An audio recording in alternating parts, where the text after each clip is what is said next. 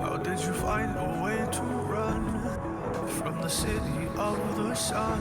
You could have stayed, it's only over when the day is done. I never knew you was a runner, yeah. I mistook you for a son. It don't matter what we think when it's all over. 'Cause this is our last chance to leave it all behind. Raise your voice and raise your power, yeah. This is our last chance to leave it all behind. Raise your voice and raise your power, yeah.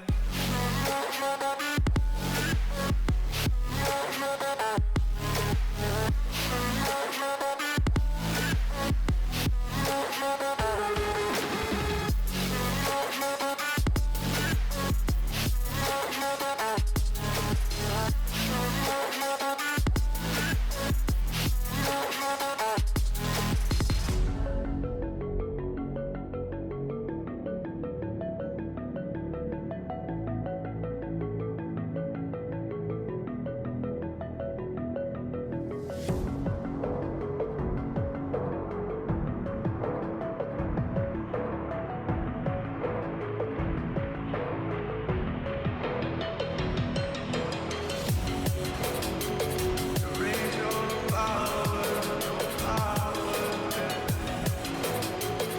Raise your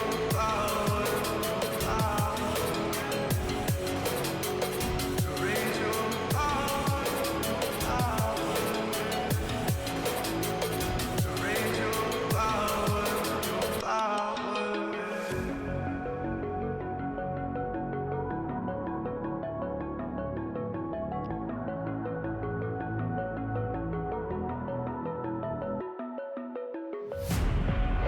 Cause this is our last chance to leave it all behind. Raise your voice, raise your power, yeah. This is our last chance to leave it all behind. Raise your voice, raise your power, yeah.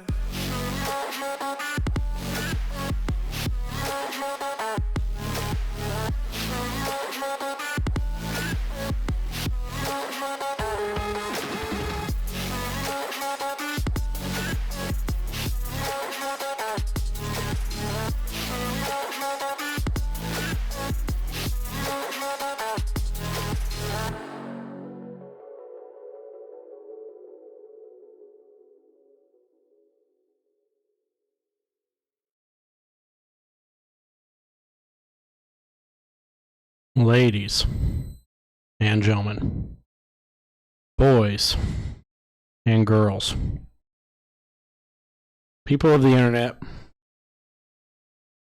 planet Earth, and parts some might call unknown, it is time for season 8, episode 8. Yes. Episode 8 of the House Divided podcast. We are here. We are live. Whoa. You sound like a defeated man. Whoa. Oh. I am.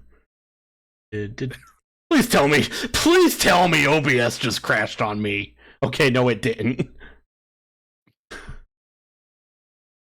We got a very show. We have a show. I got to pull stupid people up. The show exists, yes. Show does exist. Where are my notes? I don't have anything anymore. You don't even need notes right now. And Josh Naylor just hit into a double play. Stupid people of the week. Bad take of the week. Jordan, you want to lead yours off because I have to get mine. Sure. I apparently didn't have mine. Go ahead. After the heartbreak that was Game 5 of the ALDS for me, not so much for you, but for me. I don't even really remember what the Barstool article was, but this does come from a Barstool comment section on Facebook where we have Joey. Now, when we bring people off Facebook, it is very rare that they will ever make bad take of the week twice. So Joey is probably safe from being on the graphic. But after the Tigers got eliminated, Joey says MLB is very weak overall. Not one elite team in baseball, just like last year. Where are the teams from last year's World Series? They didn't even make the watered-down, expanded playoffs.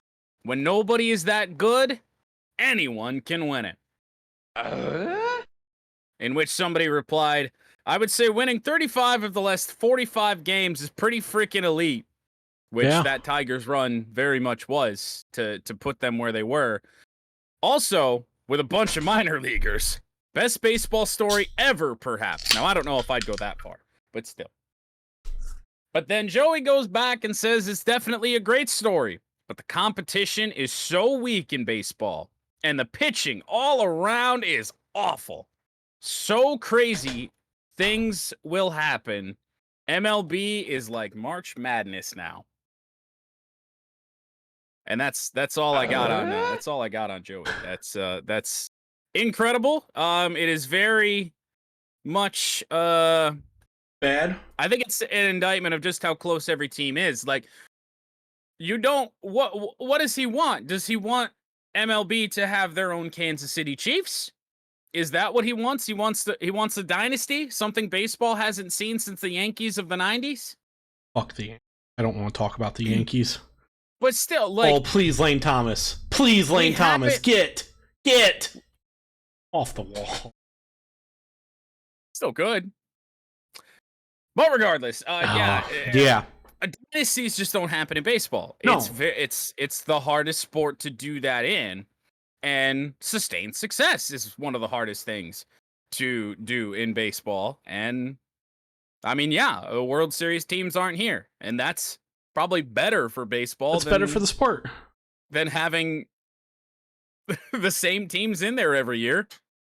Yeah, it's better for the sport. And then you got the fucking MLB's fucking queens, the goddamn Yankees, every year because if you cannot tell, Austin is very bitter right now. I hate the Yankees with a passion. Anything I have to say about them would get us both banned on Twitch. So yeah. Mine also comes from the Saturday moments. Well, 4 p.m. When did that game go final? About 3:30. Which game? The game 5 of the ALDS. I would guess around 3:30ish. Yeah. I have a 2-for-1 from Twitter account Detroit Sports Fan. Oh boy. I have a 2-for-1 on stupid people. We gotta find the first one. The reality of this painful Tigers loss. Our bigger names failed, biggest names failed us. Tigers offense, 16 Ks, 1 for 12 with runners in scoring position. Okay, yeah, that's accurate. They when bad things, it's happening to Cleveland right now. It just happens in baseball sometimes. Big Christmas, Big Christmas, Big Christmas, Big Christmas. Big Christmas just hit a ball to Rocket Mortgage Fieldhouse. Oh, this game's tied. Oh. Anyhow, that's just the reality of baseball. And then he goes on. Scooble hit batter with bases loaded. Okay, yeah, he made a mistake. Have it happen. Yeah, you can't have it happen. We talked about it last night. Led up grand slam. Okay, yeah, he threw a mistake pitch to a guy who Lane Thomas loves to hit first pitches. I don't even know if it was a mistake pitch. School was coming after guys all day. Yeah. Just came after the wrong guy. And then Will Vest in a third of an inning, 3 hits and then he went on, and then Tyler Holton, I think, right? Is that his name? Tyler Holton is a Tigers reliever. Yeah, I just couldn't remember the first. Went on through their stats, and then, I love you, Detroit, but we have to be better. We can't accept this. I mean, Tarek Skubal made very few mistakes all year long. And I want to we'll get into both of these, because then he followed it up like a few minutes later. Was that Skubal's last start as a Tigers pitcher? Oh, this guy, you mentioned this guy. Yeah. No, there is no thinking to do involved with that. No, that's not Tarek Skubal's last start as a Tiger. He's under team control for another couple years. If they were going to get rid of him, they would have gotten rid of him at this deadline. Yeah. Now I think that shifts to lock him up. I think so. And then if you want to trade him down the road, he's still locked up. He's under contract. Yeah. Big money deal at that point, but you can still do it. You know No. No, Tarek Skubal will be starting opening day for the Detroit Tigers come March. Yeah. Like, what? There's not a single person on the planet talking like that. Except for Detroit sports fan. And then Except this guy, yeah. And then he also throws in, we can't accept this. This team was sellers at the fucking trade deadline. They were sellers at the deadline. They really shouldn't have been there, but something clicked 2 months from the end of the regular season, and they got there. I've said it on this podcast numerous times, where you made the playoffs. Everything after that was just extra. Yeah. You weren't supposed to be here. You weren't supposed to even come close. Like, I mean, I don't really buy into the percentages of all that, but the 0.2% chance to make the playoffs on August 11th, and they still got there. Now, and then you get into this, you can't accept this. Well, it happens. I mean, yeah. I'm sorry that Tarek Skubal's not a cyborg, even though 90% of the time he acts like one. Yeah, he just, I don't even really like. Yeah, you get the goofy hit from David Fry to get on base. That one annoyed me. David Fry can kiss my entire ass. The left cheek, then the right cheek, then the left cheek again. David Fry can jump off a bridge. I would not save that, man. I would save David Fry, but I feel the same way about Josh Naylor right now. Dude, just like, okay, that goofy weird hit, and then cup of the bat, man. Like, he just, I mean, that entire Tigers team, and I've said it, the pitching staff just ran out of energy. That's what happens when you have. I don't even know if they ran out of energy, but you see the same guys time after time after time when it comes to the same series. I mean, Will Vest pitched in 3 of the 5 games, if not 4. I think 4. I think 4 or 5. I mean, he was one of the most dependable relievers we had down that 2-month stretch. So obviously you're gonna go with him, but you see the same guy 4 times in a week. Yeah, you're gonna be on him. Yeah, and then same thing, Tyler Holton. Like, we knew you see him so much. It's just like, this is. Well, especially when it comes to Tyler Holton, he doesn't have velocity that he can kill you with. He's got command, and that's it. Like, I just don't get in. Granted, like, Cleveland, oh no, Aaron Judge is up. Cleveland also was only projected to win like 70, maybe 80 games this year. Yeah, Minnesota was supposed to roll the division. Yeah, Minnesota, and then KC was also supposed to be good, maybe. Like, I don't, as someone who's a fan of a team that also was not supposed to be great, I don't really understand what this guy's upset about. Like, I don't get it either. Yeah, especially the Tarek Skubal thing. That's like, the worst take of the whole thing. It doesn't make any sense. Yeah, that just makes absolutely no sense. Let's move on to the news. The news. I didn't even switch scenes for bad take of the week. Oh well. But a very quick news is just NFL trades. So we can fly through this mercifully. Yes, it is. The big There's one trade in here that's really funny, but there not this first one. The big one. The Raiders trade Davante Adams to the New York Jets. Yeah. for a conditional third-round pick that could become a second-round pick. Is there any doubt anymore that Aaron Rodgers is the reason that Robert Saleh got fired? Well, I was of that belief anyway because so was I. You don't try and get a guy like Aaron Rodgers to be your quarterback and not at least have give him some sort of say in any of these matters. It's the whole reason Nathaniel Hackett even has a job over there. Yep. So it's totally believable that Rodgers got Saleh fired. But I mean, look at when he got traded. Who came over to the Jets? Oh yeah, Alan Lazard. He was trying to get David Bakhtiari. He wanted to make this Green Bay East, and he's doing it again. We've seen the Rodgers-Adams combination before. It can be pretty damn good.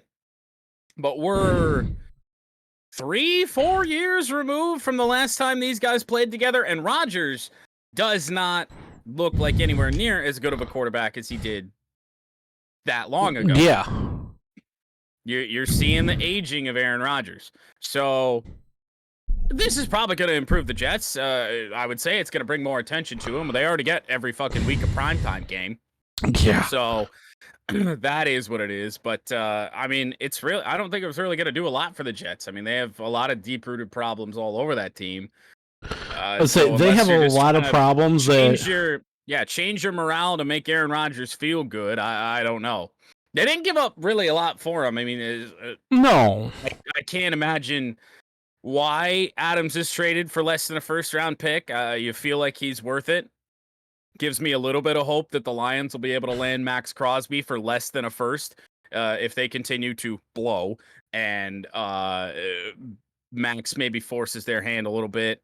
But, probably a great trade for the Jets. I just don't know how much it's really going to matter. Yeah, they got so many other issues. Yeah,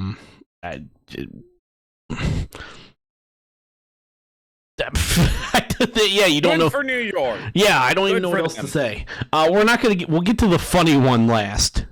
Oh, okay. The Browns trade Amari Cooper to the Bills, signing, possibly showing that they are tanking, even though they're sticking with Deshaun Watson. That's tanking in itself. That is true. Getting a third-round pick in 2025 and a 2026 seventh-round pick. Now, I get Amari Cooper's getting old. Yep. But this is all you're able to... This is what you were willing to give him away for? This? That. I mean, do you have anything else to add on it? Like, I mean, the Browns are fucking awful. As it looks like you're trying to work on something. I was trying to check something. Oh, okay. Good for the Bills. They need help at wide receiver, but I mean, they were playing fairly well as is. So, I mean, this is kind of a go for it kind of move. Even though Amari Cooper is getting old, I mean, once again, it's another one where you don't give up really that much. The third round pick does kind of suck, but the seventh, who the fuck cares? Yeah. Seventh round picks, or you could trade just about anything and get a seventh round pick back if you really wanted to pick that late. Yeah, but, exactly. Good for the Bills. Gives you more weapons out there, and we'll see if that helps Josh Allen at all. I mean, he's had weapons before. That's never really been the problem. It's just that team just struggles in some really random games sometimes. The really notable thing is the person who leads the Browns in touchdowns is now a defensive player. Oh. Yeah. That's incredible. And now to the funny news. The funny news. Yeah. The Minnesota Vikings, the 5-0 Minnesota Vikings, trade for Cam Akers. Again. The second time in 12 months. Yeah, and so I was looking at this just before we went live, is that it's essentially the same trade they made last year with the Rams. I did see you put that note in. Yeah. They send It's the exact same.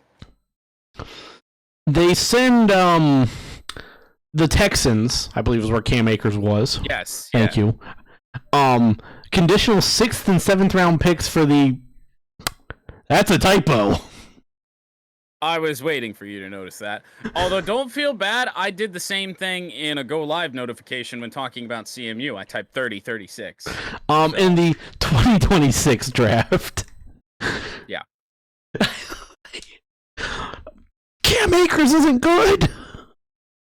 No, and he is there strictly as what seems like a depth piece, a contingency plan. Because the Vikings don't really have any concerns about Aaron Jones, you know, the guy that wants to play running back till he's like 45 years old. I have concerns with him, but not that concern. Yeah, they don't. They're not really all that worried about how they like. I don't really think Cam Akers is going to fit very much into this offense early or that much. But Kevin O'Connell really likes Cam Akers. He said that before. I see something. I don't really get what he sees outside of just really liking him as a player or as a person. I have no idea. Maybe he's a great locker room guy. Maybe. I'm trying to see. But if he's the great locker room guy, why'd you let him go in the first place? Accurate. Now, I want to know, and I couldn't really find anything on this, and I'm not suggesting we look this up right now, but did those picks from last year's trade of Cam Akers ever even really go through, or have they traded the same pick that they traded last year for Cam Akers for Cam Akers? Oh God, that would be incredible. Because they're conditional picks. Yeah. So there's the whole thing of, I mean, and Akers got hurt. Yes. So he didn't play a lot of games. There's a chance that they got that pick back, assuming it wasn't like last year's pick, but it's the exact same trade. Yeah, that would be incredible. The Rams sent Akers and a conditional 6th, I think, for a conditional 7th last year. Cam Akers, I did want to just check this real quick because Aaron Jones is apparently questionable this week. He's gonna be RB 2 or 3 because I mean their other options are Myles Gaskin and Ty Chandler. So I mean, but yeah. Oh, if Aaron Jones wants to play till he's 45 years old, I mean he can handle 35 carries a game. Don't worry about it. Yeah, fair enough. And that's actually the news. Yeah, that's all I got on it. Let's head into college football panic meter. Only one game to really talk about since Michigan was on a bye. My score will stay at a 7.1 for them. We'll see how this weekend fares out against Illinois. Fair enough. For me, I had Ohio State, Oregon. Gotta edit one thing. I think we're good. I had Ohio State, Oregon.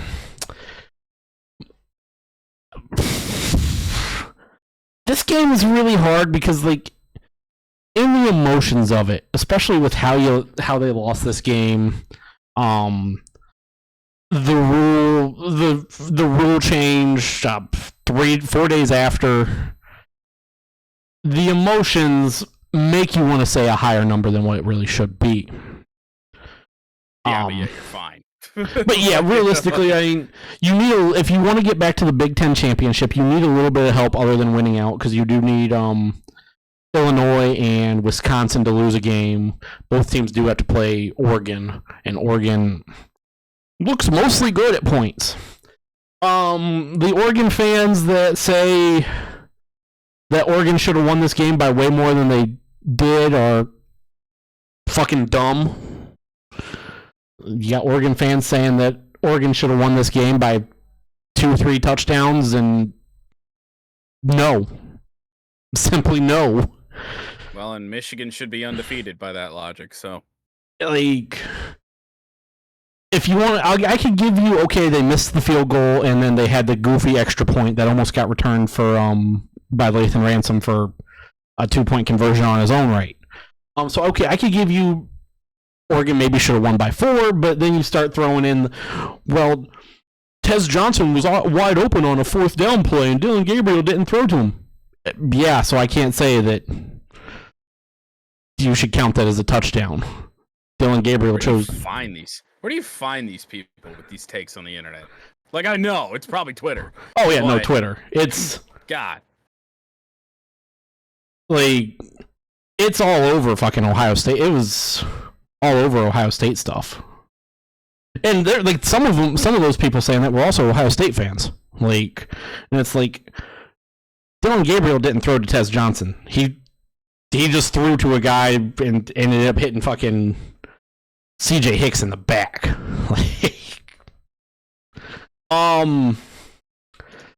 Yeah, you get some goofiness. Ohio State just didn't play good. So the team that played better won. Oregon did deserve to win the game. They made some mistakes, but Oregon made a lot of mistakes, or Ohio State made a lot of mistakes. Holy shit, Bo Naylor's on second. Defensively, Jim Knowles just called a very soft game, very scared game, and that does worry me a little bit. Denzel Burke will probably be fine. And I just 4. They'll go up from a 2 to a 4. 4. Okay. Like, I don't really have much to say about it. Like, the thing that where I am worried is they need to clean up the mistakes. That's it. Like, Ohio State did beat themselves at points. They clean up the mistakes, and they could beat anybody that they play other than maybe Texas, which is just, they're such a good team. They're on a different level. Fair. Like, that's all I got there. So, as aforementioned, the Michigan stays at 7.1 on the bye week. That just kind of seems to be the way I'm going to go. Keep it right where it is. In play, nothing really else to be worried about. But we do move on to the Detroit Football Lions, and after a 47-9 win, I should probably drop my panic meter score from a 1.4, which has stayed there since the very beginning, since we started this a couple weeks back. It will go up slightly, and there's not a lot to say about the game, just an absolute demolishing of the Dallas Cowboys from start to finish, which is something that, I mean, even me and Jerry were talking about this. It's like, I don't really remember the last time the Lions went into Dallas and did what they did. And I mean, we were calling trick plays to throw into Taylor Decker in the third quarter, and then the Penei Sewell touchdown that got wiped off the board. I mean, half of this game was just that offense having fun. Yes, it was. Dallas is trying to have fun at Dallas's expense. But just no complaints. I mean, Jared Goff, phenomenal. 3 touchdowns, no picks. Running game, both Montgomery and Gibbs, yet again, split carries, just effective whenever they needed to be. We saw Cooper Rush in this game for Dallas. Yes, you did. The big problem from the game does come in the form of the Aiden Hutchinson injury, which is not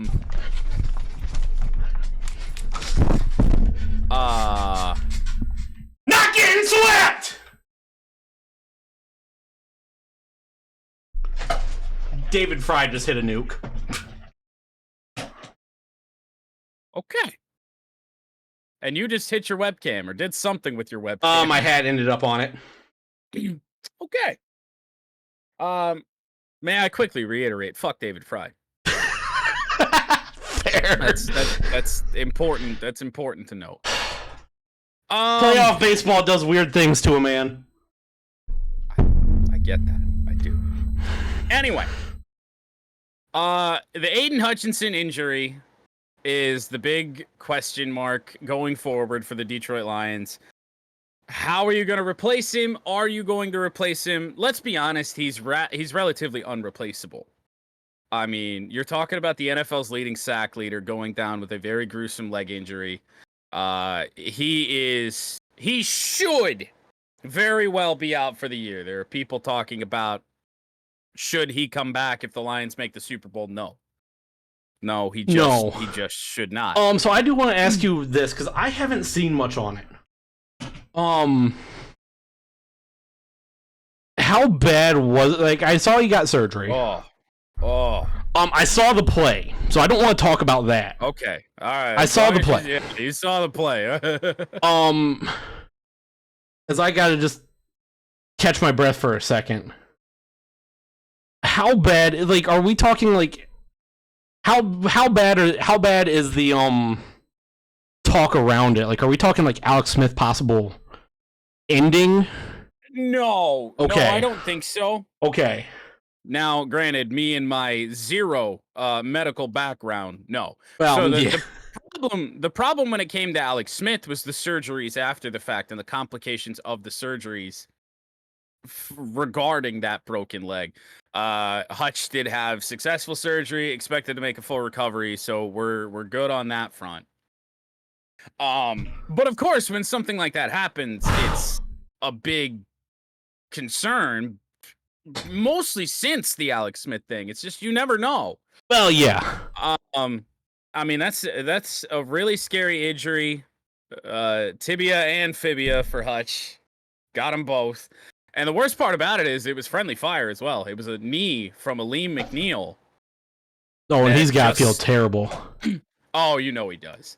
And I mean, it's been an up and down week for the guy. Snapped his teammate's leg, but also got a 4-year contract extension. So it's been a weird week for Lee McNeil. But so you look towards outside options in terms of who you're gonna try and bring in. If you're gonna try and bring anybody in, they signed Isaiah Thomas, who I am relatively unfamiliar with, off of the Bengals practice squad in terms of a little bit of a band-aid, I would imagine, right off rip. But I really think with this team in just such a win now mode, I'm not as big into the Lions having a very small window to get this done and win a Super Bowl as some other people are. Some people think it's got to happen this year. It's never going to happen. No, the window is you've already extended a bunch of your key pieces. Like the only thing, obviously Jared Goff has been playing really good the past couple weeks. The only thing that, like, in your window that you might have any worry about is a 4-year-old Jared Goff? No, 31. Goff isn't that old yet, yeah. I think 31. A slight piece on Aleem McNeil. This is the third team he's been on. He came out of Oklahoma. He has 9 total tackles. He's just... Well, I was not high on him. No, I mean, I guess, out of college or whatever, he's been a very key role piece for this defense. Or not Aleem McNeil. Isaiah Thomas. Isaiah Thomas. Did I say Aleem McNeil? Yeah, you did. I was like, I'm sorry. 9 tackles? That doesn't make a lot of sense. My bad. Yeah, my bad. But yeah, no, he's not coming in to replace Hutch. I don't even think he's probably coming in to start or play. But it gives you some immediate help at the position. It gives you a body out there. But the loss of him sucks. You look elsewhere, of course. The one that makes, I think, the most sense is Max Crosby with the Raiders in the situation that they're in right now. And they just traded Devontae Adams. Crosby's a Michigan kid, Lions fan, has said in the past that if he were to play anywhere else than the Raiders, he wants it to be the Lions. And so I would like to go get him. Now, there people think that he's not a culture fit, whatever. I think that stems from last week where he shoved a coach or whatever, and then he said after the fact, he's like, dude, that's my guy. That was a love shove. Yeah, I mean, as somebody who played the game, like, when you make a play, shit like that happens. You would know if there was some form of ill intent with that. Oh, yeah. Like, you would know if there was ill intent. And that there was no, I've seen that, there was no ill intent. But People I mean, just extending on from Max Crosby, as much as it would probably pain you if the Lions do somehow pull off a trade for Trey Hendrickson, that's phenomenal for us. I would gladly take it. No, it'd be great for you. I just don't know how realistic it is. I don't see that one happening. People have also mentioned Hassan Reddick, where that solves part of your issue, but you're talking more of a pass rushing linebacker than an actual true defensive end. So I don't really know how much that does for you. Any sort of help at getting at the quarterback will be welcomed really right now.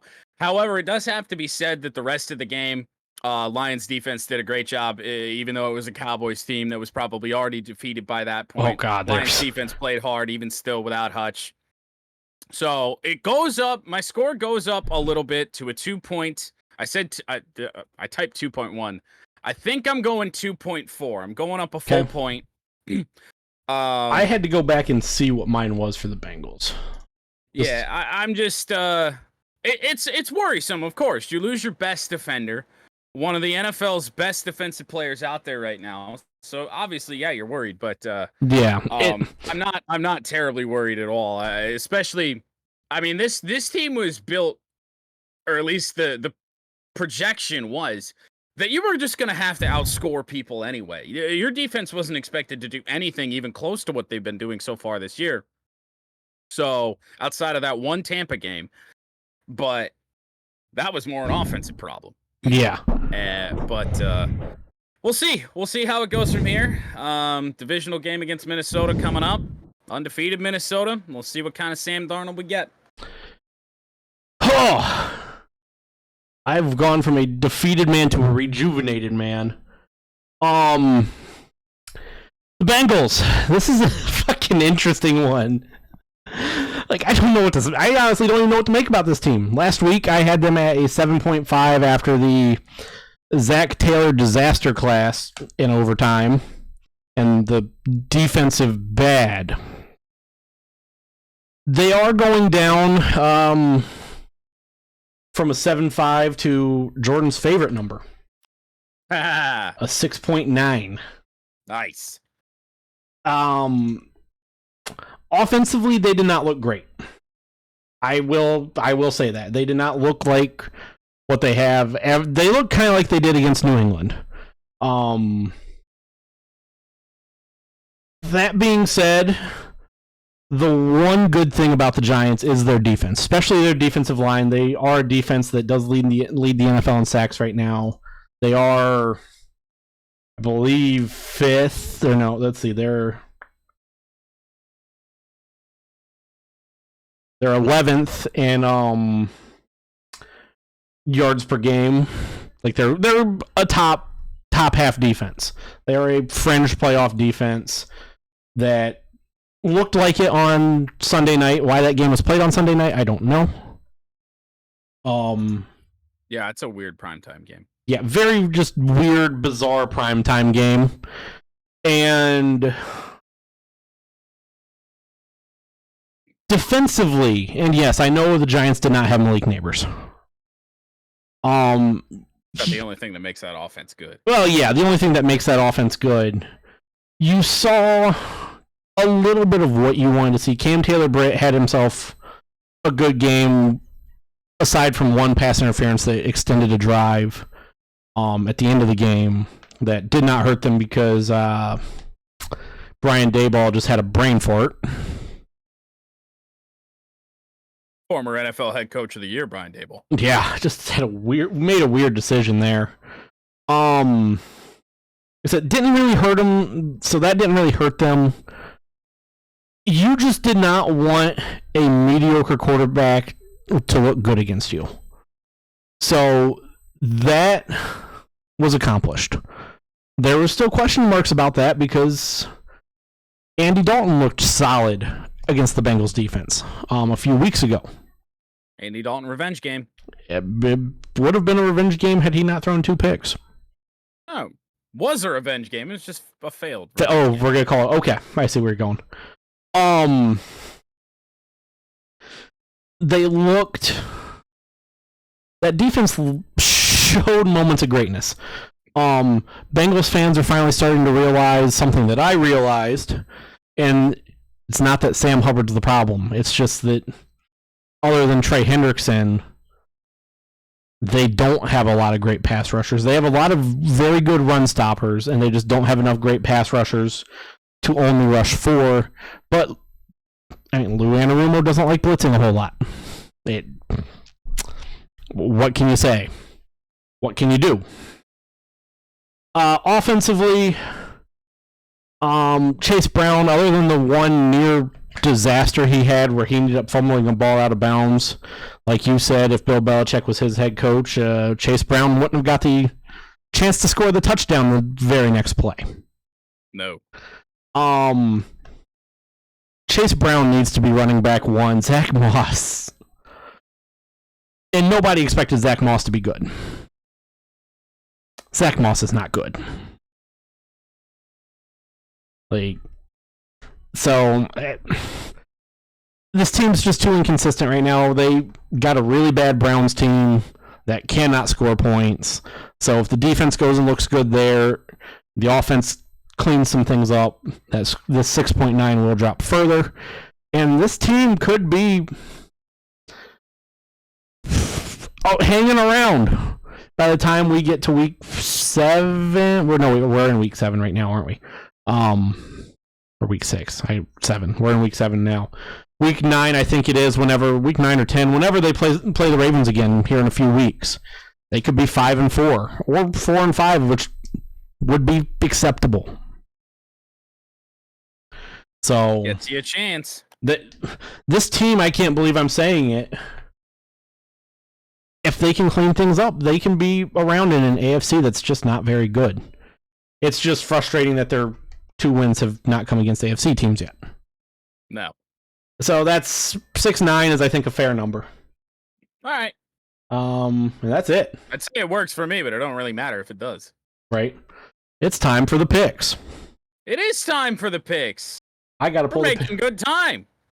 It's amazing what happens when we have nothing to talk about. Well, when we intentionally have nothing to talk about. A little bit. I'm hoping, by the way, you picked games ahead of time because we do have a game in college tonight. Yeah, and I'm getting that game wrong. We will get to my pick in a moment. I didn't have a very good college week, but I didn't have a bad one. I had a bad one. I had, what was it, 3 games, right? 3 correct picks out of 15. I had a bad one last week to put me at 46-59. Jordan is at over 500 at 54 and... I had to double check that, 51. Well, I'm going to hope to get back on track here. This game happening currently, the Boston College Eagles at 4-2, plus 6.5 taking on Virginia Tech. And you've already said that you were on Boston College. So was I. I'm not really sure what that was, but... Yeah, we were both on BC, apparently. I'm just going to say it now. Everything I said at the beginning of this season for BC about how I was high on them and Thomas Castellanos, Kai Robichaux, apparently I was wrong. I liked him. I no longer like them. Nope. We have a good chunk of Friday games. 3 of them, to be exact. Friday at 7 on ESPN2. The dumpster fire, known as 1-5 Florida State, plus 2.5, taking on the Blue Devils of Duke. So if Boston College is bad, how bad is Florida State? 1-5 bad. Awful. I've called after they lost that first one, it was the ACC's wide open. Florida State's got a chance. They don't have a chance. They do not have a chance. I've called a Duke football game this year. Duke is not good. But this is only 2.5. Florida State is putrid. Give me the nerds. Give me Duke. I'm taking Duke. There's just no way that I can pick this Florida State team with any sort of confidence, even though the spread's small. And the people are on board with that 77% on Duke. Friday at 8 on Fox. Number 2, Oregon is 6-0. They are minus 27.5 against a potential Purdue. Does the Purdue happen? Well, for Purdue happening, we are classifying Purdueing as Purdue winning, correct? Yeah. I'd say. Well, to answer that, and let me check one thing. Hey, they moved on from Hudson Card. There's a chance. Yes, I was just double checking that. If you have $11.26 and you are in West Lafayette, Indiana, Oregon's fun to watch. Oregon can see the number 2 team in the country. Yeah, I can't say don't go. I don't know if Oregon's going to be able to cover this. They're going to win, but give me Purdue to cover. Yeah, I went back and forth on this one, but I'm going to roll with the Ducks. I just don't think so. We got a weird anomaly last week with Purdue. They changed some things up, but in terms of just pure talent, Oregon's so much better. They could easily, I think, win this game by 4 touchdowns. So give me the Ducks. All right, that's fair. 10-15 on ESPN. Oklahoma State is 3-3, and they are plus 8.5, taking on the Mormons. Number 13, 6-0 BYU, and this is usually your bit, but I'm going to do it. Tickets are starting at $16 nice. I knew you were going to take that. At one point in time this past year, I was high on Oklahoma State because Ollie Gordon on paper was a dude. Yeah, but Alan Bowman is their quarterback. Yeah, and he's not a dude. No. Ollie Gordon, he was like 4th string at Michigan. I didn't even know that. Ooh. I believe Ollie Gordon is still questionable with a leg injury, which doesn't mean anything. Yes. He ain't gonna be shit. Because he's been. I mean, Oklahoma State again. Everybody thought Ollie Gordon was going to be a Heisman candidate. They're 125th in the country in rush yards. They're 131st in rush defense. This Oklahoma State team that I was high on at the beginning of this year, I was wrong. Give me the Mormons. And you were wrong twice in a week. Wow. I mean, when it's come to football this year, college football this year, I've been wrong a lot.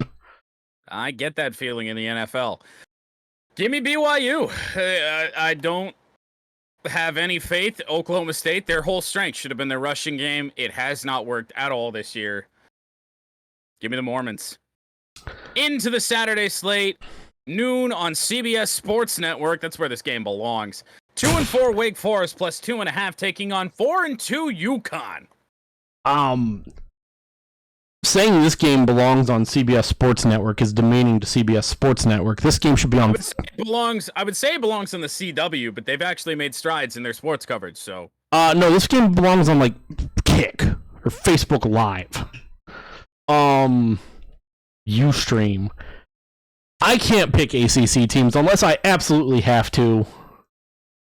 I don't have to in this case because UConn's not an ACC team. I also have to do something different because, well, I fucking suck and I gotta make up ground. Give me, for the first time in this show's history, most likely, the UConn Huskies. At least when it comes to football. So, you can't pick an ACC team, but I can. None of these teams' resumes are impressive. No. And I'm just gonna hope that the minimal talent that the Demon Deacons probably have comes through in this game. It's UConn. I get that it's Wake Forest, but it's UConn. Noon on Fox, the Dylan Raiola, Patrick Mahomes cosplay experience travels to the block of concrete. 6-0, Indiana, number 16 in the country, minus 5.5. I can't trust Nebraska. I don't really know if I can trust Indiana because they haven't played anybody yet, really. Nope. But I really can't trust Nebraska. They've played... I don't even know who their one loss was to, now that I think about it. It doesn't matter. Give me the Hoosiers. Early in the year. Yeah, I'm on Indiana too. I'm gonna rock Indiana until they do me wrong. They might do me wrong this week. Nebraska has talent. Indiana hasn't played anybody. It could all come they lost. crashing down. Nebraska lost to Illinois. Good Illinois team. Quality loss. But I'm gonna rock with the Hoosiers. Noon on FS1. 1-5 UCLA is plus 6.5. Taking on, we can call them this again, stupid Rutgers. 2 touchdowns in the past 2 weeks. We're back to the stupid Rutgers train. I can't pick UCLA though. Like, they find ways. They're in games, and then they just find ways to piss them away down the toilet. And this is not enough points. I think Kyle Monangai is a stud. He is a fucking dude. He's the only dude on this team, really, for stupid Rutgers. I think Monangai could do enough to make Rutgers cover. So, this is one I might regret, and the people are widely on Rutgers here on this one, 84%. UCLA threw away a win against, I think, a very scrappy Minnesota team last week. They should have had that game. They should have won that game. They didn't. Granted, that was in the Rose Bowl, I think. But that game was just a debacle from start to finish, and Rutgers has been a shit show for 2 weeks. Give me UCLA and the points. I have no idea what to do. I hate that we pick every Big Ten game, because otherwise this would have been left out, because I have no idea what to do. This game's so weird. This next one is weird, too. Yeah, our final noon game, Big Ten Network, 4-2 Wisconsin, minus 7.5, taking on Northwestern from the Lakefront. I called a Northwestern game earlier this year, about the same time I called a Duke game. Yeah. This Northwestern team has guys that are good. They just can't put it together and play team football. They did get a win over a bad Maryland team. Last Friday, right? I think. So. I mean, it doesn't matter. They beat a bad Maryland team. The Badgers right now are looking decent. Give me Wisconsin. Yeah, I'm on Wisconsin. Northwestern is just another team where, like, they didn't have expectations, but I don't know. They play a good game every once in a while. But I just can't see Wisconsin not covering this. I really can't. 2 o'clock, ESPN Plus, 3-3, Central Michigan, plus 2.5. Taking on Eastern Michigan, and something to note about this game, ticket prices don't appear on CBS. Oh, I see $12. Oh, okay, it didn't appear for me. If we didn't have a stupid fucking Groundskeeper Revenge tournament that day, I'd be willing to drive down there. Huh. Even though Ypsilanti is further away than Mount Pleasant. Yes. Because $12 really ain't that bad. I mean, this game might not be great. Give me Central Michigan. Like, Eastern, yes, they're having a good year this year, but Eastern is a team that over the past decade has just been so bad. That football program almost died about 4 or 5 years ago. Yes. What else am I gonna do? I'm gonna play a playoff game with the Central Michigan Chippewas in College Football 25 after this. Fire up chips. Give me Central Michigan. Now into what actually should be a good football game. This game could be fun. Number 7, Alabama, minus 2.5 on the road, taking on number 11, Tennessee from Rocky Top. I don't see how this spread is 2.5. I understand how Bama's favored. Yeah, I get it. Tennessee did not play good last week, or really the last 2 weeks. Bama hasn't either, but they do have the big win over Georgia. Bama just has too many question marks. Give me Tennessee. Yeah, I'm on the Vols. This is a game where I can see Tennessee finding a way to wake up. And if you can't home field, I'm taking Alabama. I'm going to take Tennessee because they're the home team. Especially if you're giving me a couple points. This is a game, and I kind of said it a little bit In the aftermath of the Ohio State-Oregon game, where there were some people saying that, oh, Ohio State didn't get up and get excited for that game. They just looked at it. If you're a Tennessee player and you can't get up for Bama at home, you have no business being in major college football, in the SEC or power college football.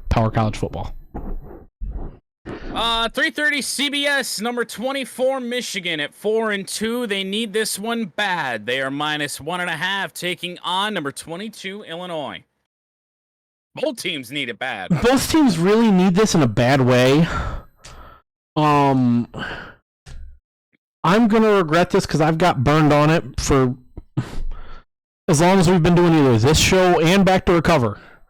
And I'm not even saying this as a Ohio State fan. I don't know what Vegas sees here with Illinois being the favorite. I mean, it is the people slightly. It is essentially, for all intents and purposes, a pick 'em as close as you get in college at 1.5.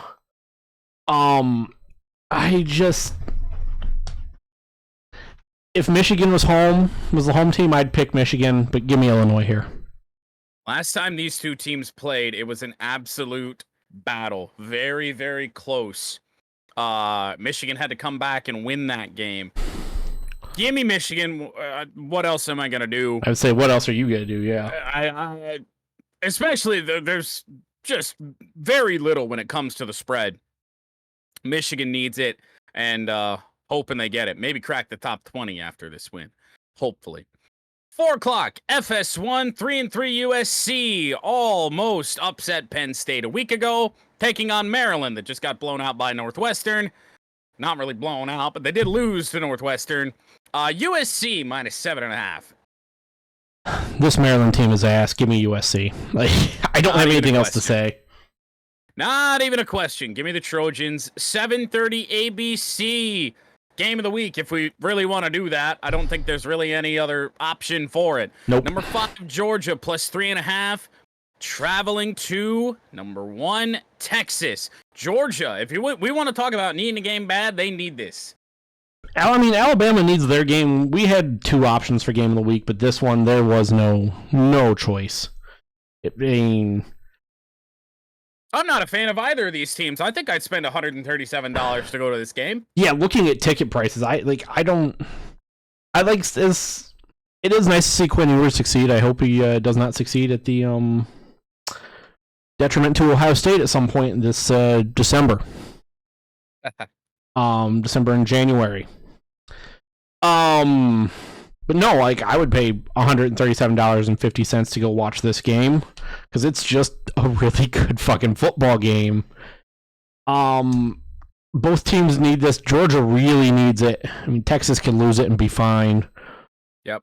Give me the Longhorns here. That Longhorns team is just so complete. Georgia has questions on offense. Top to bottom, Texas is really good. I'm rocking with Texas. No doubt in my mind. 7:30, NBC. East Lansing is shedding tears as we speak because this is another Michigan State night game. They have 8 on their schedule, and that's as we stand right now. 4-2 Iowa, -6.5. Traveling to the deep end of the woodshed. Keep chopping, whatever. Jonathan Smith loves his night games, apparently. I don't think Jonathan Smith has a say in the matter. I know Urban Meyer did at Ohio State, kind of. But I mean, granted, it's a bit different with Ohio State than Michigan State. Michigan State turns the ball over too much. Having watched Iowa play, I mean, granted, Ohio State is on a different level than Michigan State defensively. Yeah. And offensively. I am not impressed by what we have seen Iowa do against anybody because they've played 2 teams with a pulse and an Iowa State team that is inexplicably really good. And an Ohio State team that is explicably pretty fucking good. And Iowa's shown no signs of life against teams with a pulse. I don't know if Michigan State has enough of a pulse to really threaten Iowa. Because, again, Michigan State just turns the ball over too much. Iowa's defense excels at forcing turnovers. Give me the Hawkeyes here in a game that should not be at 7:30. But what else? What else is NBC gonna pick for Big Ten Saturday night? No idea. Michigan, Illinois, perhaps. Yeah, actually, good point. Michigan State does turn the ball over a lot, as you said. Iowa excels at that. Does Iowa have enough of an offensive life to cover 6.5? I think they barely do. Give me the Hawkeyes. And a shitfest game. Not even a question. And then we wrap up the college picks with your sidecast game, 10:30 on ESPN Saturday. 3-3 TCU plus 6.5, taking on a Cam Risingless Utah team. We were both really high on Utah, and then this cat that they got that isn't Cam Rising he's had a couple clunkers. TCU, though, ever since getting tombstoned by Georgia in the national championship, is just a clunker. Calling TCU a clunker might be derogatory or offensive to clunkers, but TCU's bad. Give me Utah. Give me Utah. I'm not sure I have faith in either of these teams right now. I know. Give me the Utes. Give me the Utes. And now that's your college picks. That is our college picks. We move on to the NFL picks, where I still blow. Jordan blows. Apparently I suck at college picks this year, but I'm good at the NFL. I am 53-39. Jordan is 42-50. We picked 14 games last week. You got 12 correct. What the fuck was that? I can't even answer that. Because did you see what I did in college? Yes. Yes. Hey, overall last week, you're about 500. Yeah. You're not wrong. I might have won some money. The NFL picks. Thursday Night Football is happening right now. I don't really want to talk about it, but we will anyway. The Denver Broncos travel to New Orleans to take on the Saints in what was one of those essential pick'em. Saints plus 1.5 at home. Granted, no Derek Carr. Yeah, I forgot there was no Derek Carr here when I picked the Saints. I didn't, but I still picked the Saints. As CBS Sports just crashed on me. I picked the Saints.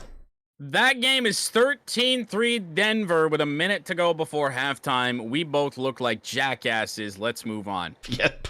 Agreed. We've got a London game, and surprise, surprise, the Jacksonville Jaguars are involved. The battle of 1 in 5 teams. The New England Patriots plus 5.5 on the road, if you will. They're the designated road team in a game where there isn't really a home team.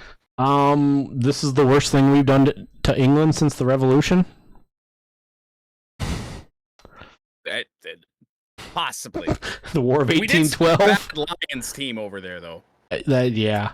I think this is worse than that one bad Lions team. This game is going to be booty. Yes. I'm giving it to Jacksonville because they've been in London 2 weeks straight now. Move the team there. There is that thought.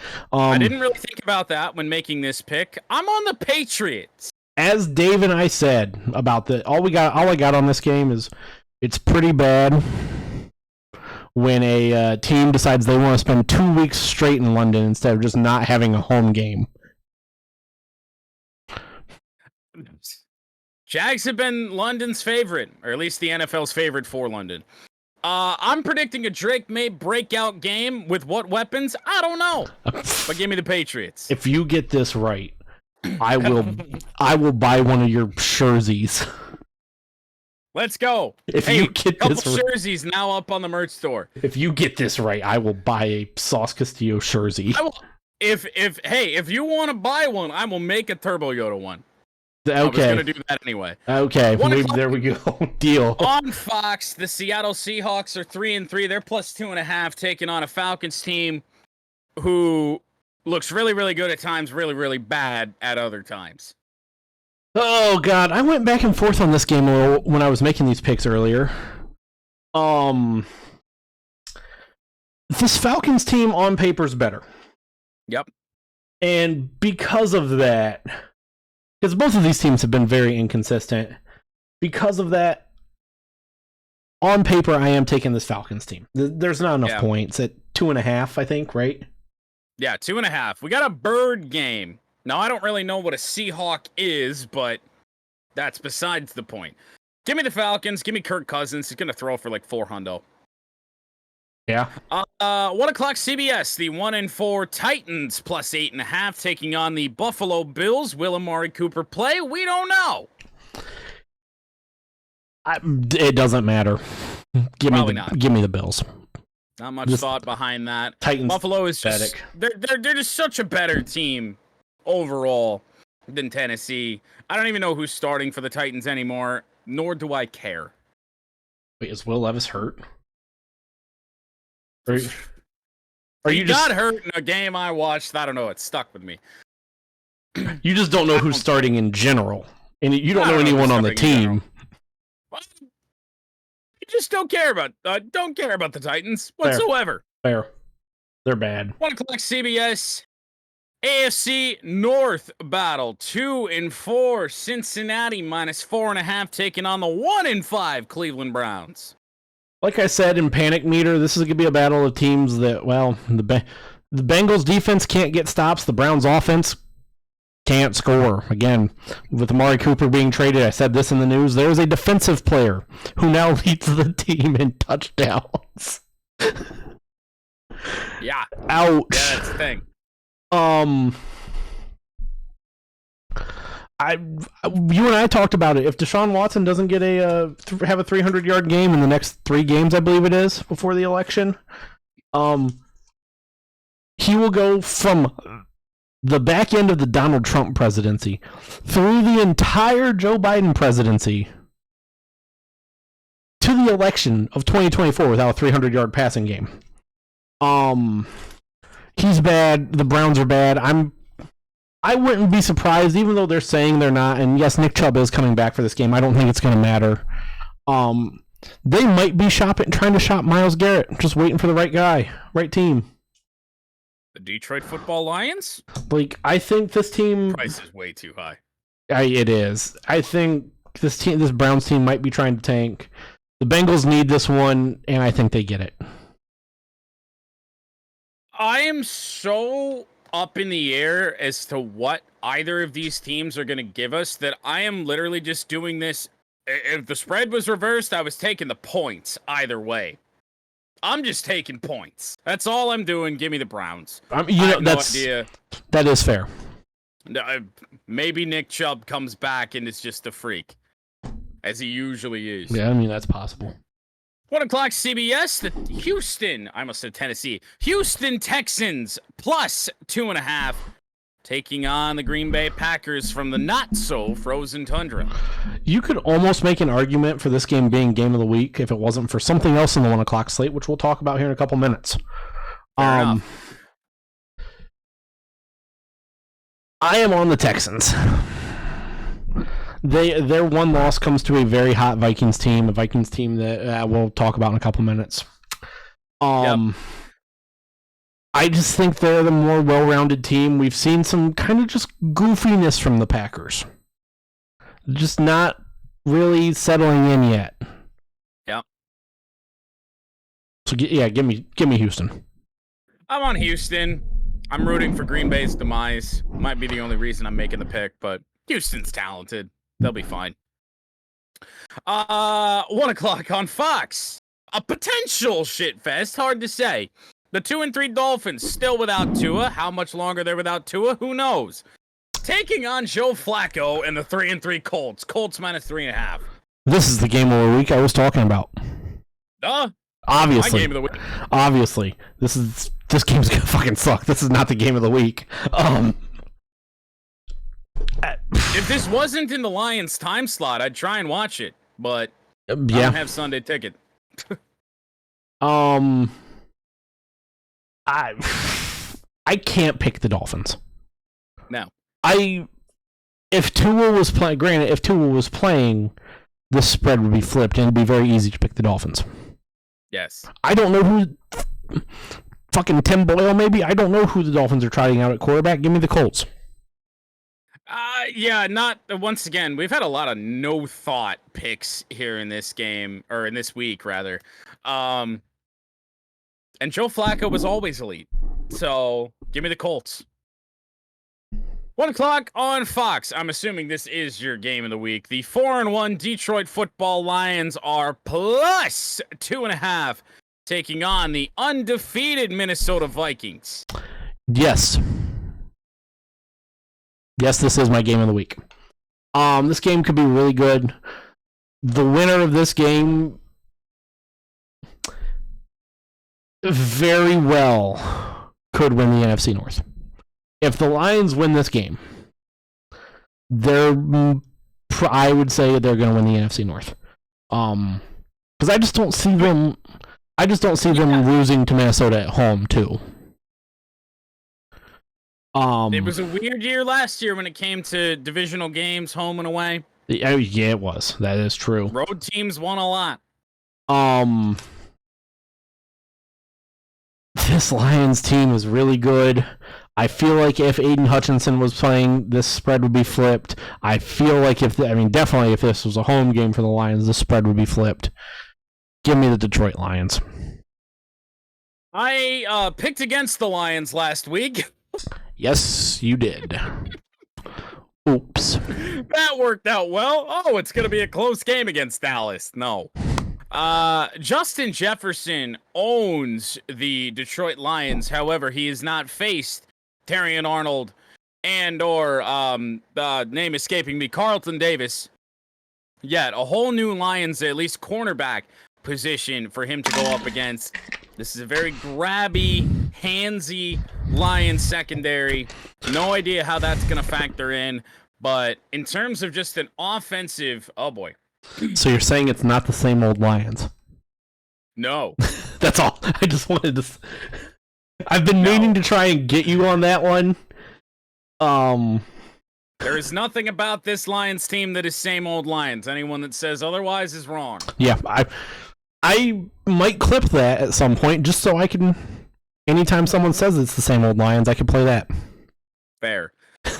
Yeah, but offensive talent is just by far in the hands of the Lions. The Vikings are talented, don't get me wrong, but in terms of just every single position on the field, it's just so well off for the Detroit Lions. So obviously, give me my team this week. I picked against them last week, never doing it again.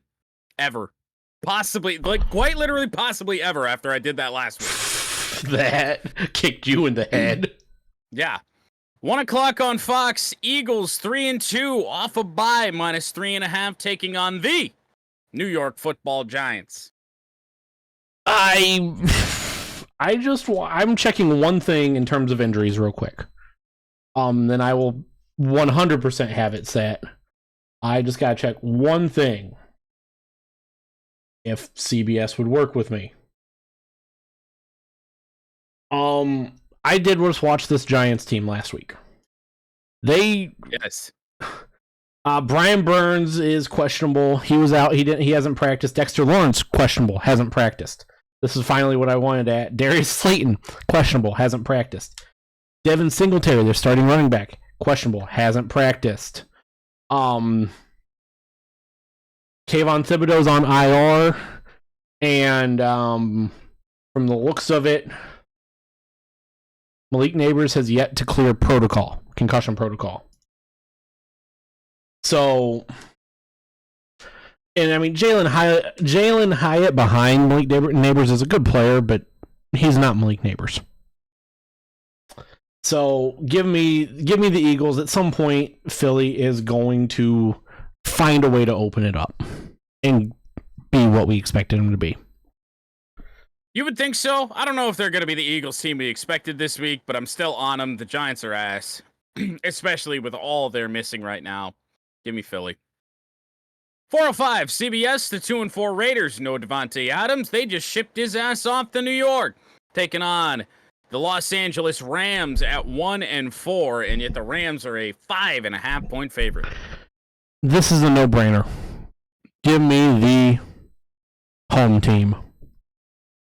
It's a little bit of a brainer, simply because, I mean, neither team has looked all that good, and 5.5 for a matchup of bad teams is a little bit goofy, but I'm still on the Rams. Yeah, and I was hoping somebody would make a joke. You would make a joke about how the Rams are never the home team at SoFi, but yeah, I am on the Rams. Yeah, but no, the Raiders aren't the home team in Vegas, so it might be the only game that the Rams play all year where they're a true home team. That is true, actually. Good point. There are a lot of Raiders fans out there, though. 4:05 CBS, the 1-5 Panthers taking on the 4-2 Commanders. Commanders minus 7.5. This really is a no-brainer.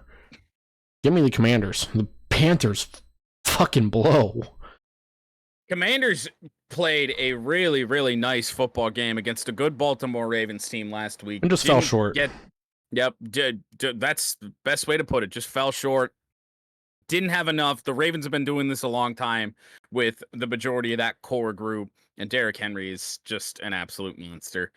Yeah, Commanders. Easy. And the final game in the 4:00 slate, it is a Super Bowl rematch. In a Super Bowl that nobody wanted to see, nobody really wanted to see the rematch, but the Chiefs are 5-0. They are road dogs heading to the Bay. 1.5. I don't understand. This is going to burn me. I don't understand how the 49ers are favorites. I hate it. The Chiefs are going to go to 6-0. Like this Rams team, or not Rams team, 49ers team right now is just too broken. They're getting there, but right now they're too broken. They get it done this week, so says me. Ooh. Probably just me and 40% of others Ooh. here on CBS. But I don't hate it though. I'm taking the Niners.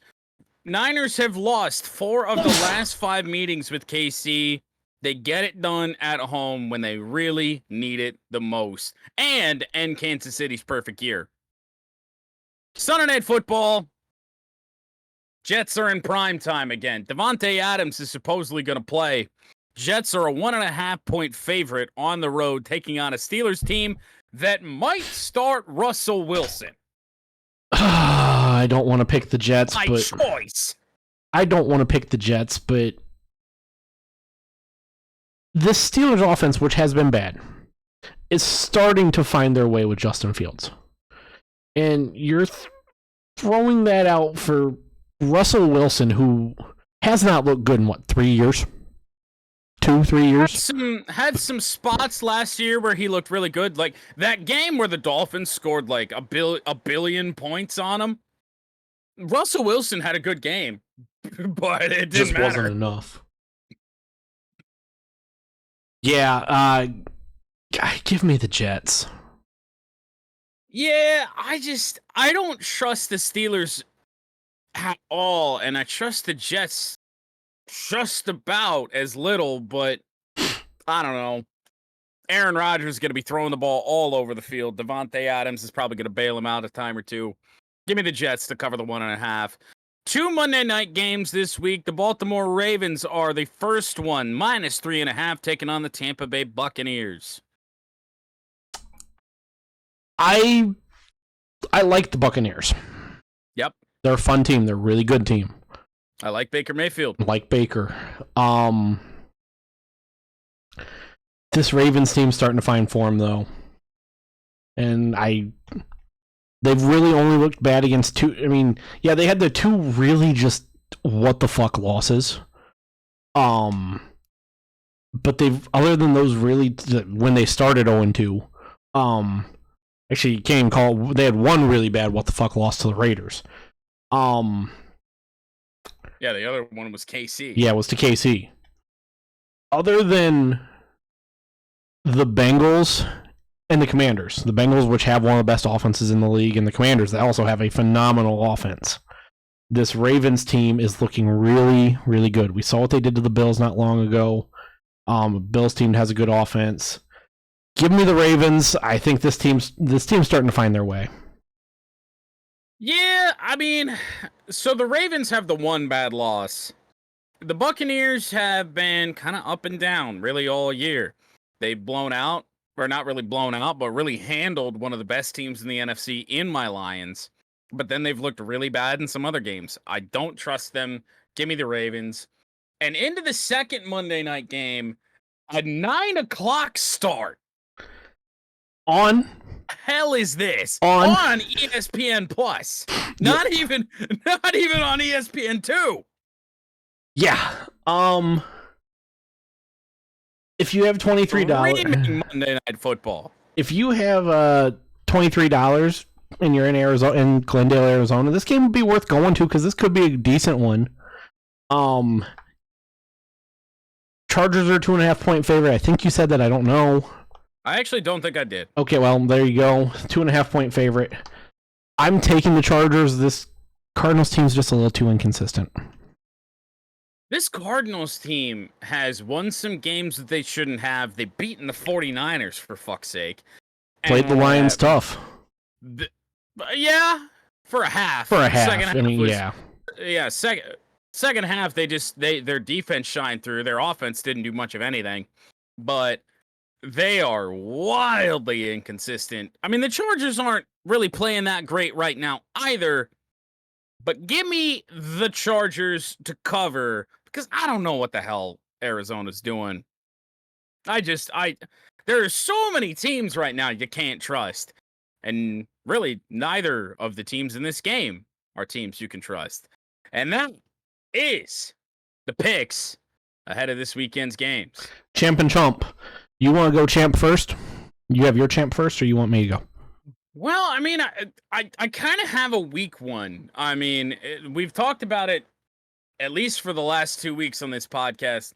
And even though my Detroit baseball Tigers did indeed get eliminated by your Cleveland Guardians, I am naming the Detroit Tigers as my champ of the week just because who the fuck saw any of this run coming? It was just an incredible, one of the most fun times for me with one of my teams as a sports fan because there were no expectations and then they just started winning games and you got an entire fan base, you got an entire state. I said this to you. How many times did people come to the golf course and the conversation all over was just, well, the Tigers.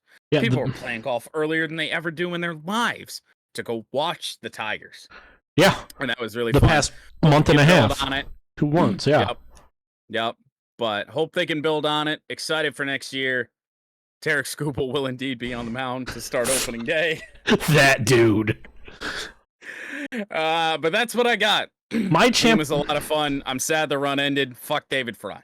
My champ kind of has to do with that series. And, well, just the Cleveland Guardians as a whole. And it is not David Fry. I was going to say, it's fucking David Fry. No, it is not David Fry. It's not Big Christmas. My champ of the week right now is Brian Rocchio. Or Rocchio, depending on... Fuck him. Fuck him too. Depending on how you want to pronounce it. Brian Rocchio, throughout the regular season, was a .202 hitter. A lot of people around the Guardians team, especially in the media, wanted him gone. Wanted him down to the minors. Who they wanted to bring up?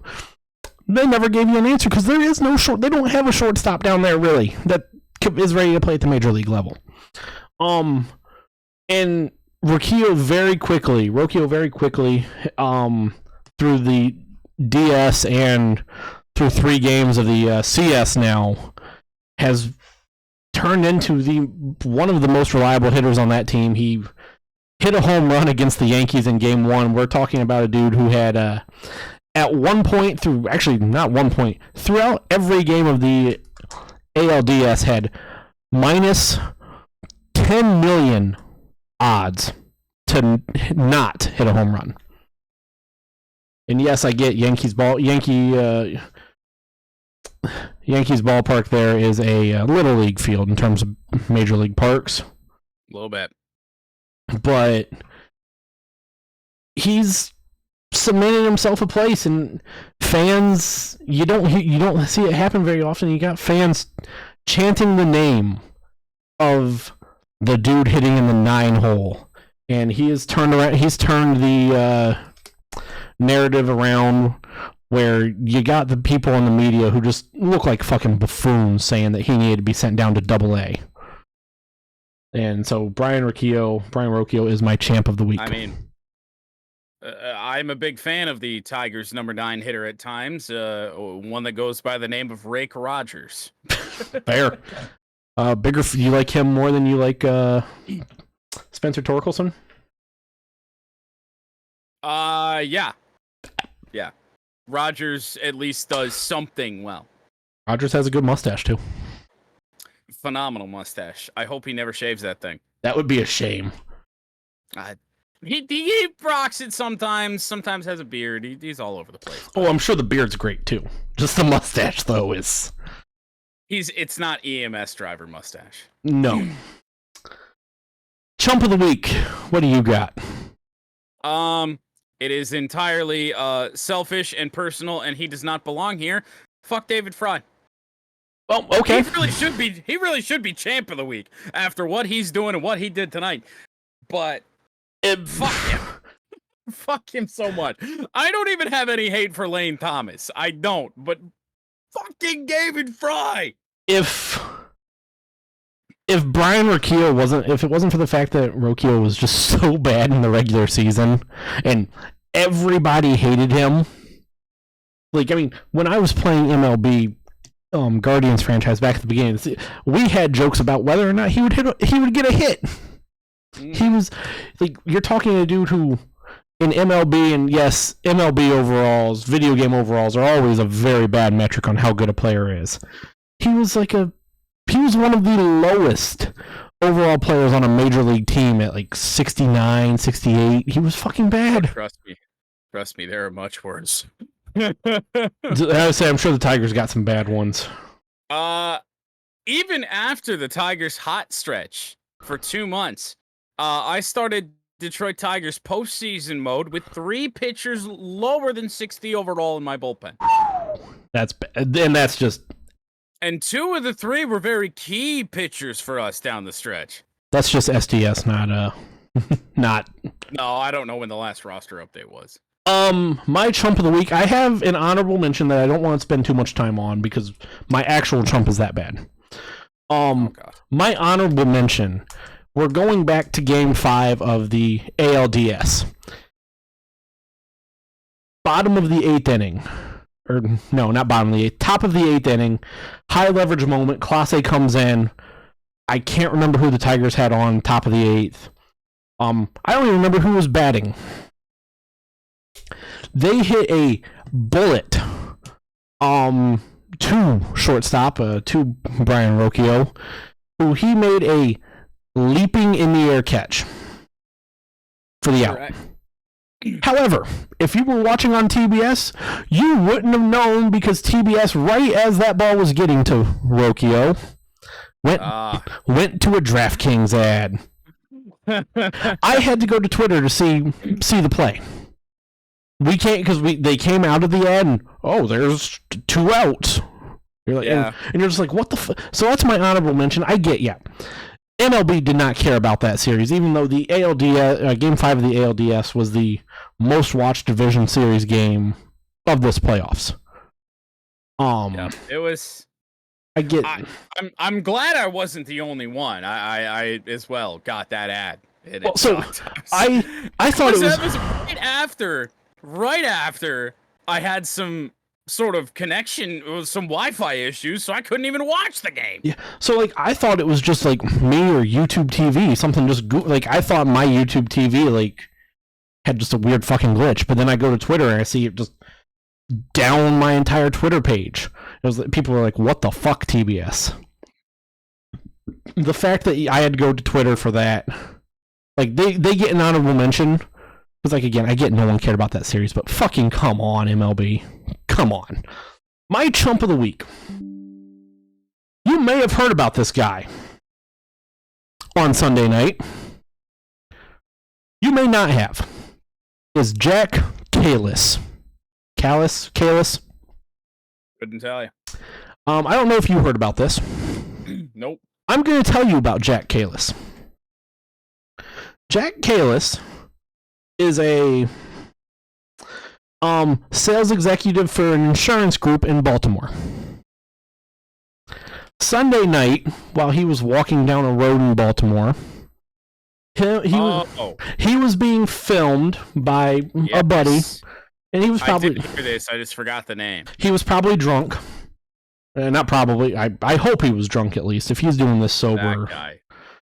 Then all you hear on camera, we got a straggler, and then he runs up to these two Washington Commanders fans and just starts wailing on them, throwing punches. Yeah. And like these two Commanders fans, like the one was able to step away from him because he was further away, and he stepped essentially into the goddamn street. And this other Commanders fan just had no clue what the fuck was going on until people pulled them away. Got popped. Yeah. Got outright sucker punched. And then you have Kalis backing off once he gets pulled away. I doing the LeVar Ball. I never lose. I ain't never been beat. I don't lose. Yeah, and you're just and like, why are we doing this? Oh, you lost. Buddy, trust me, you lost. Because he got fired from his job. Well, yes, because this is a good time where the internet comes together and does indeed cost a shithead his job and his entire... I won't say his entire life. The guy's not dead, but... Yeah, Wow. He lost his job. Oh. Apparently, there are rumors someone found his girlfriend, and apparently they broke up. Oh, wow. It's a shock. There is a active arrest warrant out for him. How have they not found them yet? Well, let me rephrase it. I should say there was an active arrest warrant out as of, and I just haven't kept up with it. There was an active arrest warrant out as of Monday. Let's see.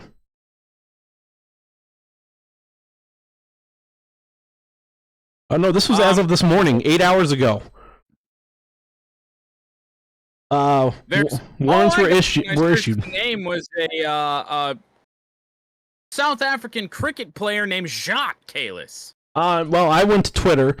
Warrants were issued this morning for Kalis. He is charged with first-degree aggravated assault and 3 counts of second-degree assault, and that carries a total of 55 years. He probably won't see 55 years. I can't wait for that court appearance. Yeah. I feel incredibly bad and embarrassed for my actions. But he doesn't lose. Oh no. Okay, now I'm seeing news that he did get arrested. He has been arrested. So let's go. Yeah, Jack Kalis, you fucking lost. Like he might be chump of the year because anytime something like this happens, whether it be in stadiums or outside of games, I always ask, why are we doing this? This is just incredible. Yeah, because this was hours. Like, if you see the video, you see that it is very dark. Like, okay, so you get plenty of fights at stadiums where you get into it in the moment and tempers flare and that happens. That is bad enough. Yes. But then when you head into this, that is a guy going out walking up on fans of just another team.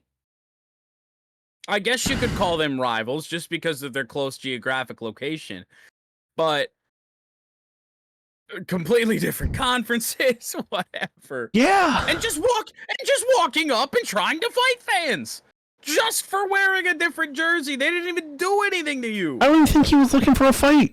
I think he just wanted to beat somebody up. Because he didn't give that dude a chance to throw another punch. There's definitely not a fight.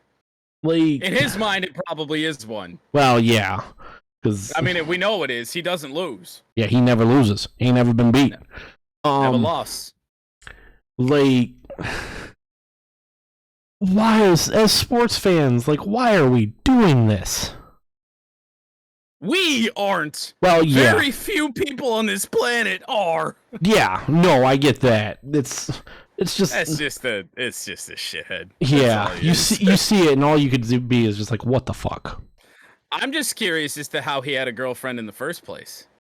Doesn't anymore. Well, but yeah. Yeah. He might. Hey, and that girl is probably the best thing that ever happened to you. Most likely, he might be chump of the year. At least my chump of the year at the end of the year. Anyway, that's Aaron Guitar. Yeah, because Aaron Guitar at least hasn't thrown any punches at anybody that we know of. No. Give it time. Right. But a very, very quick mention. Did Avery show you the picture? I don't think Aaron Guitar was here, but ACC baseball had a hunting trip recently. Oh God. There are pictures somewhere. Avery found them. Oh, and you have a group of probably 35 guys standing around a picture with a dead deer. It's like 100-pound doe.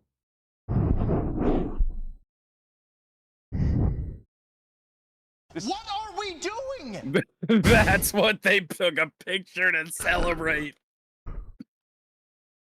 Wow.